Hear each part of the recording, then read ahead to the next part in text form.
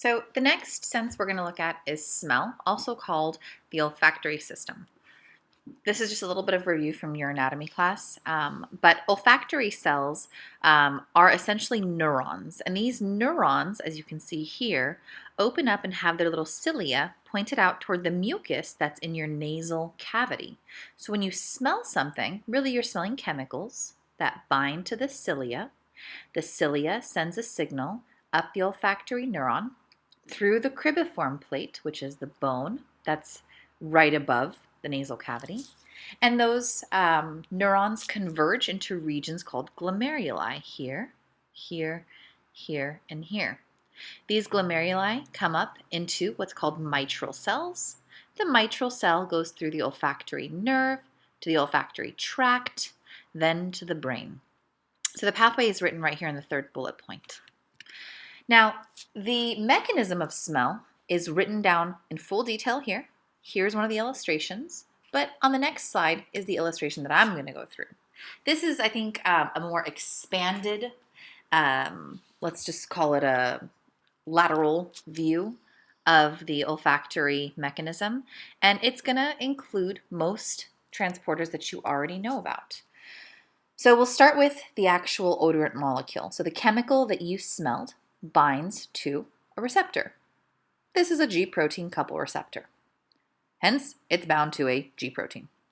So when the receptor binds to the chemical, it activates the receptor to activate the G protein. One piece of the G protein comes over here and slides across the membrane to activate adenylyl cyclase. Again, you know the job of this guy. Adenylyl cyclase converts ATP into CAMP.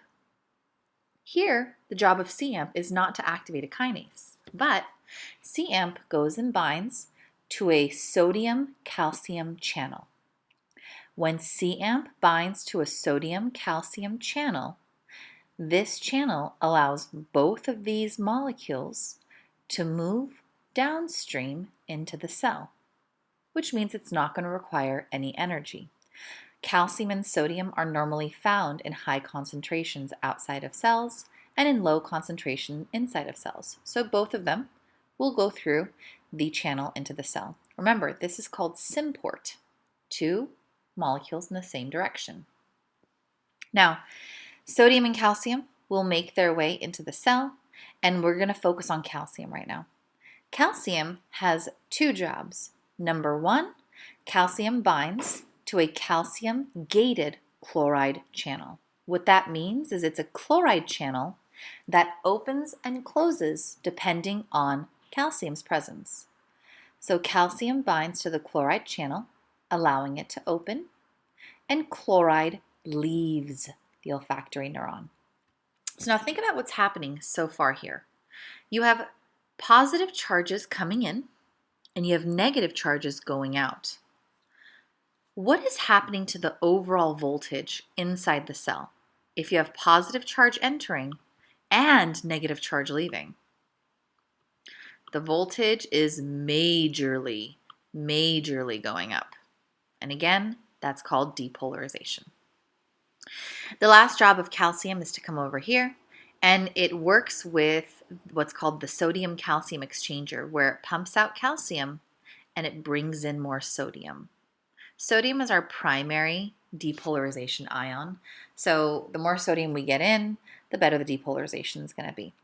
So you have essentially kicked out chloride, and you've brought sodium in from here, and you've brought sodium in from here to cause this voltage to majorly increase. When voltage goes up, you have depolarization, and that depolarization is going to shoot through the actual olfactory cell, sending the signal up to your brain. Now, if we look at the next sense, and I will label this for you. This is hearing. I don't know why this is not labeled, but hearing. So the sense of interpreting sound. Hearing takes place in a structure called the cochlea.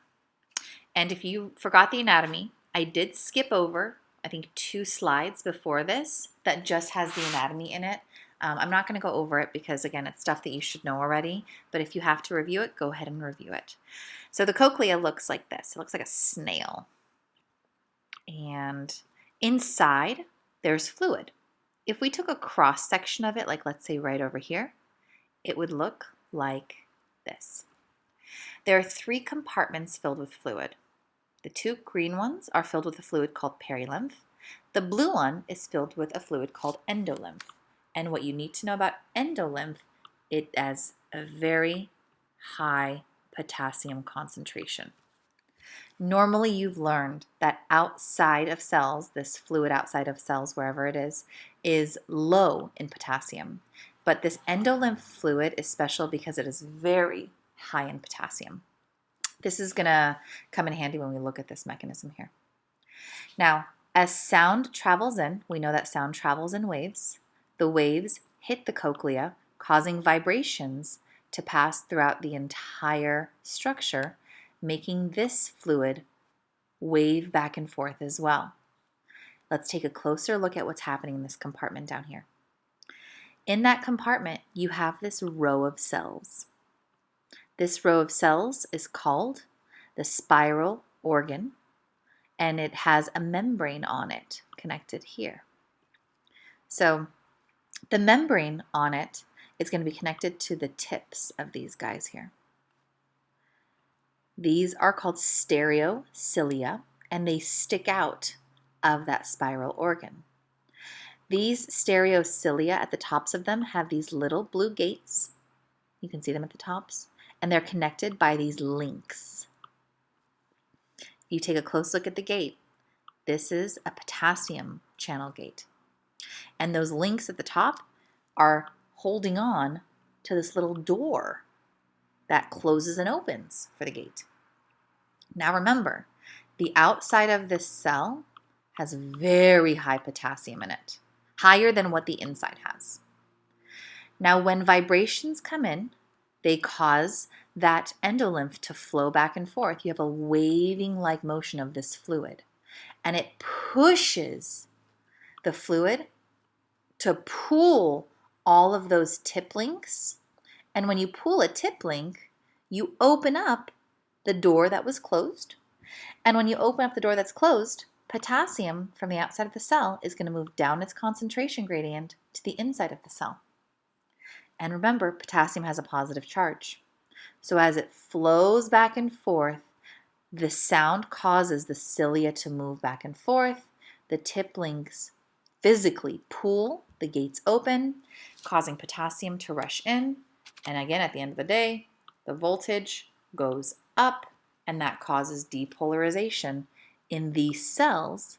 And that depolarization transmits through the neuron, through the cochlea, and eventually to your brain. Okay? This whole thing is considered a mechanically gated channel because you're mechanically or physically opening the gates. It is not voltage gated. It is not chemically gated. Sound does not bring chemicals into your ear. Sound brings physical waves into your ear to physically push on the cochlea, move the fluid, to sway the cilia, to open the tip links, to allow the potassium to move down the gradient, enter into the cell, increase the voltage of the cell. That increased voltage in the cells is going to travel through the neuron, out of the cochlea, and to the brain. So this is by itself the mechanism. There's not a whole lot to it. Really, there's only one channel, and that's the potassium channel. Now, we're not going to look at the mechanism of this one. I do want to mention to you, though, 2 structures that you should have learned in anatomy. Next to this cochlea, you have this kind of bulky looking structure with these W-like structures next to it. Inside the bulky portion, you have 2 compartments, one here and one here. One is called the maculae utricle, and then the other one is called the macula saculae.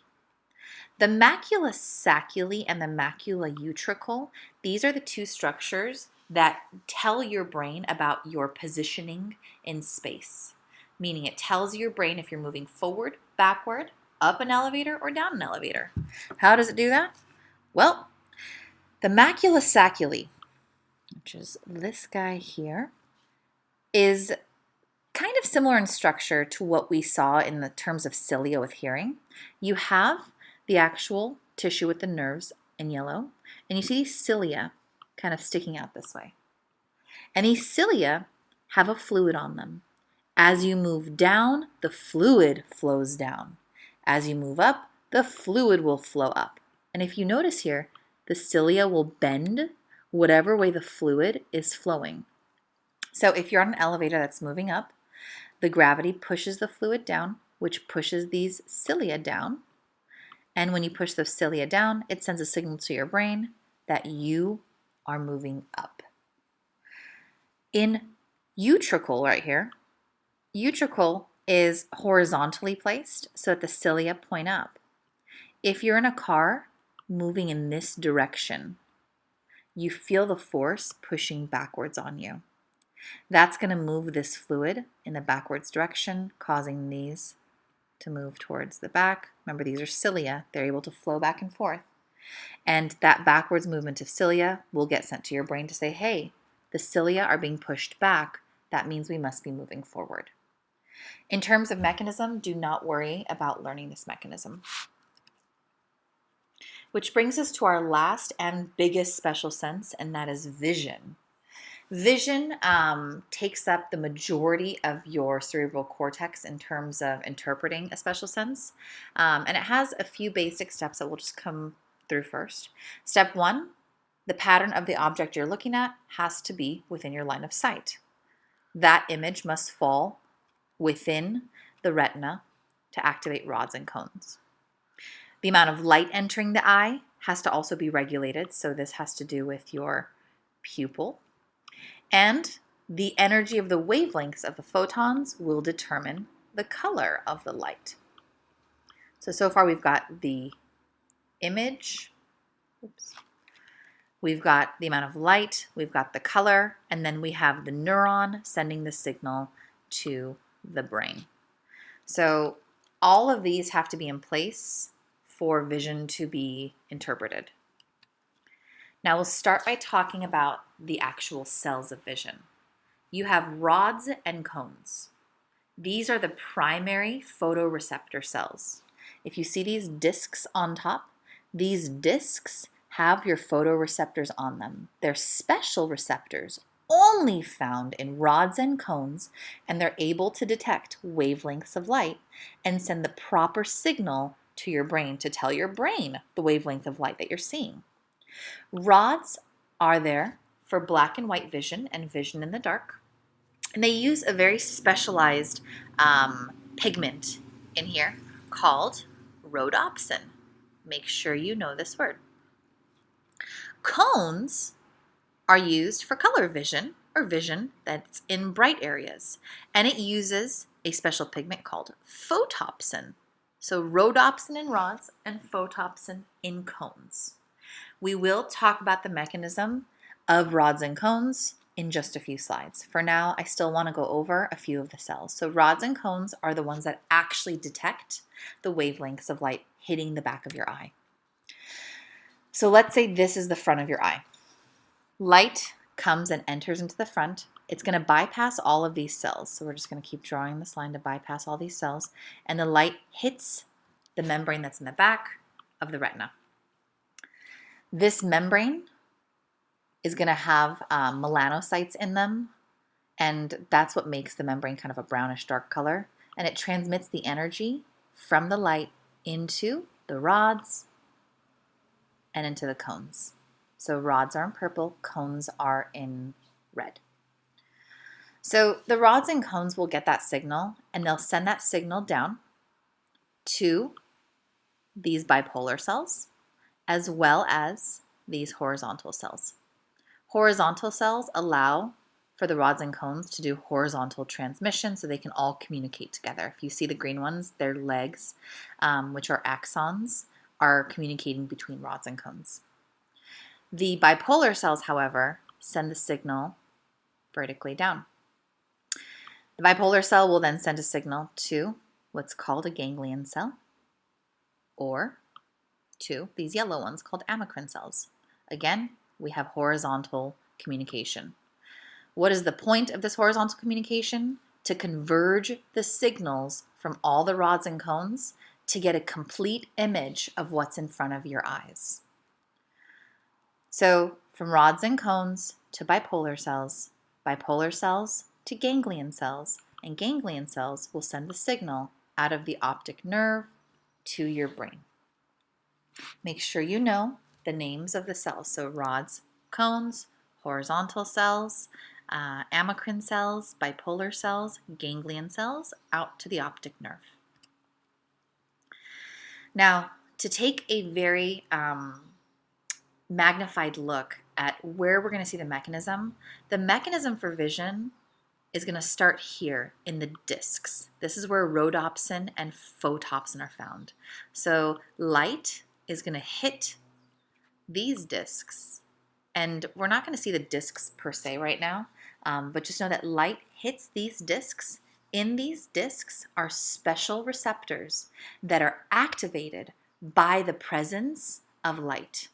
And if you know anything about how light travels, it travels in waves and in these little packets of photons.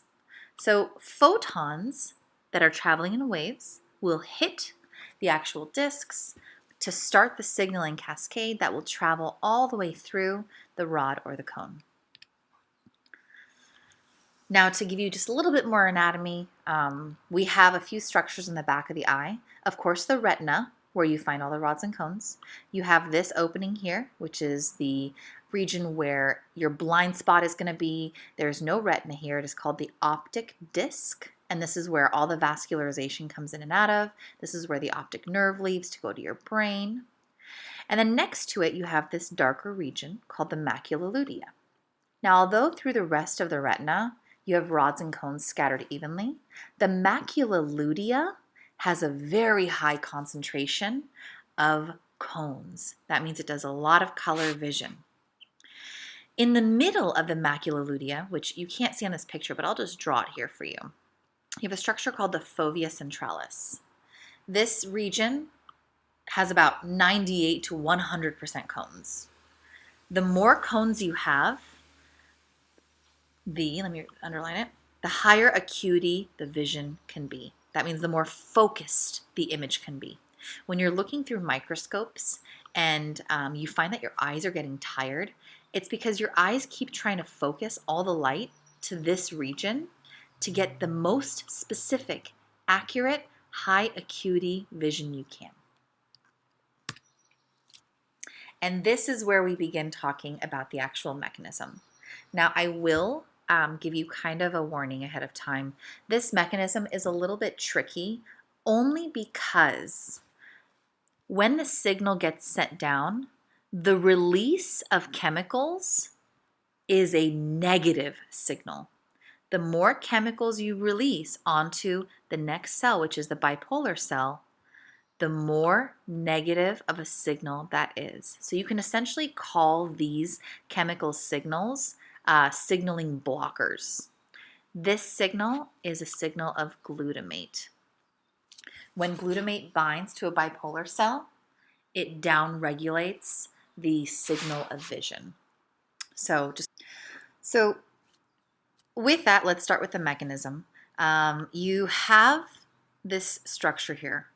This structure is made up of two different pieces, the outer shell and this inner squiggly structure here. On the next slide, you see them separated.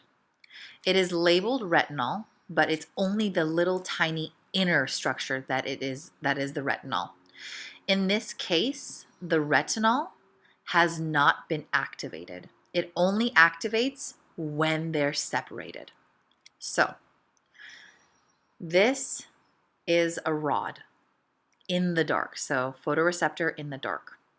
When light rays do not hit the rod and they're not present, this retinol doesn't dissociate from the outer shell, which deems it inactive. When retinol does not dissociate, it does not activate the G protein. Notice that there's a 3 unit G protein there.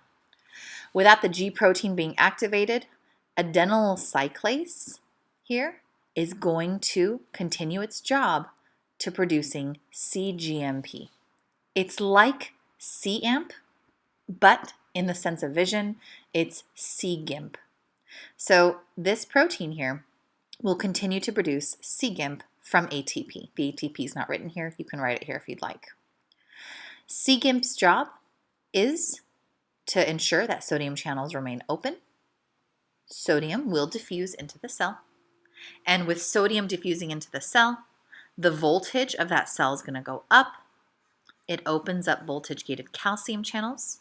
So calcium enters, causes exocytosis of glutamate. Glutamate binds to bipolar cells to downregulate them. So again, we're going to go through this one more time.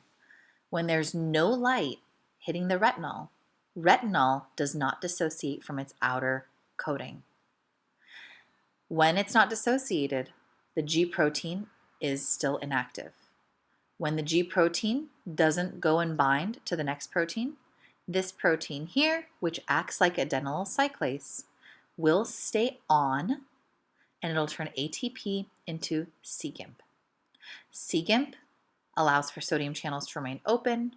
Sodium enters the cell, increases the voltage, which opens up voltage-gated calcium channels. Calcium enters, causes exocytosis of glutamate, and glutamate binds to the next cell, which is a bipolar cell, to downregulate it. A lot of times students will say, well, what is this potassium channel for? Well, generally, in all cells of your body will have leaky potassium channels that allow for small amounts of potassium to leak out. This is normal. So you can circle this and write a leaky potassium channel next to it, but it really doesn't have a function here in this mechanism. Now, if you're still confused, you should move on to the next slide because this is going to be similar in mechanism, but in the presence of light. So it'll kind of show you the differences and they'll be like opposites. So when light is present, it causes retinol to dissociate from the outer shell protein. This outer shell protein is named opsin. So this is retinol and this pink shell here is opsin. When they dissociate, it's going to activate this G protein. But guess what? This G protein has a name, and I'm going to write G protein next to it, but on the test, I will call it transducin. So I'm trying my best to write the word on a MacBook. So transducin is the name of this blue G protein.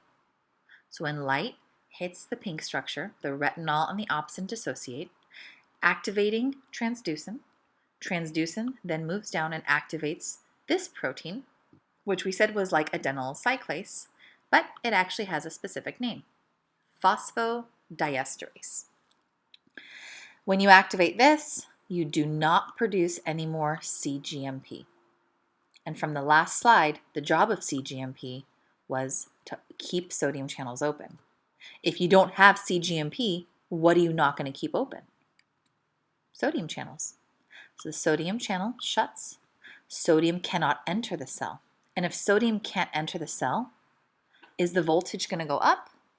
Nope, not going to go up, which means calcium channels are also going to remain shut. And if calcium can't come in, you're going to be releasing very, very small amounts of glutamate. And if you don't have glutamate, then that is going to cause activation of the bipolar cell. Because remember, glutamate is a negative regulator. When you have a lot of glutamate, it downregulates the bipolar cell. So the only way to activate the bipolar cell is to lower how much glutamate you have binding across. Try to go over this as much as you can. If you still have questions, we can go over it together during our Zoom session on Tuesday. That is the end of the PowerPoint. Good luck, everyone. Let me know if you have any questions.